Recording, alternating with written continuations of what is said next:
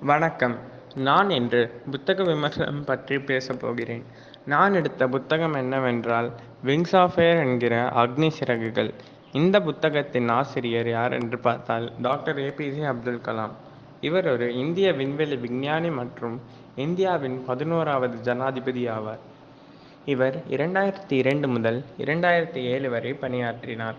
நாட்டின் சிவில் விண்வெளி திட்டம் மற்றும் இராணுவ ஏவுகணை வளர்ச்சியில் அவரது முக்கிய பங்கிற்காக இந்தியாவின் ஏவுகணை நாயகன் என்று அறியப்பட்டவர் கலாம். இந்த புத்தகம் அப்துல் கலாமின் சுயசரிதை ஆகும். இது அவரது ஆரம்ப கால வாழ்க்கை மற்றும் இந்திய விண்வெளி ஆராய்ச்சி மற்றும் ஏவுகணை திட்டங்களில் அவர் செய்த பணிகளை உள்ளடக்கியது. இந்த புத்தகம் ஒரு எளிய பின்னணியில் இருந்து வந்த ஒரு சிறுவனின் கதை. அவர் இந்திய விண்வெளி ஆராய்ச்சி, இந்திய ஏவுகணை திட்டங்களில் முக்கிய பங்கு வகித்தார். பின்னர் இந்தியாவின் ஜனாதிபதியாகவும் ஆனார். இந்த சுயசரிதையின் மூலம் பிரிவினைக்கு முந்தைய இந்தியாவை பற்றிய ஒரு பார்வையை வாசகர் பெறுகிறார்.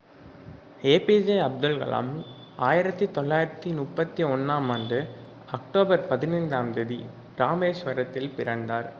அவர் 1931 பிறந்த முதல் 27 ஜூலை 2015 ஷில்லாங்கில் இறந்தார். இந்த புத்தகம் ஒரு தனிப்பட்ட கதை மட்டும் அல்ல, அர்ப்பணிப்பு, கடின உழைப்பு மற்றும் பின்னடைவு ஆகியவற்றின் உத்வேகமான கதையும் ஆகும்.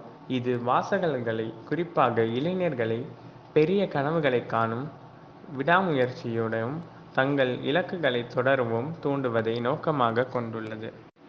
இந்த புத்தகத்தின் மூலம் விடாமுயற்சி, உறுதிப்பாடு, கனவின் சக்தி, வாழ்க்கை மதிப்புக்கு பாடங்கள், தனிப்பட்ட நிகழ்வுகள் மற்றும் அனுபவங்கள் மூலம் கலாம் தனது போராட்டங்களையும் வெற்றிகளையும் பகிர்ந்து கொள்கிறார்.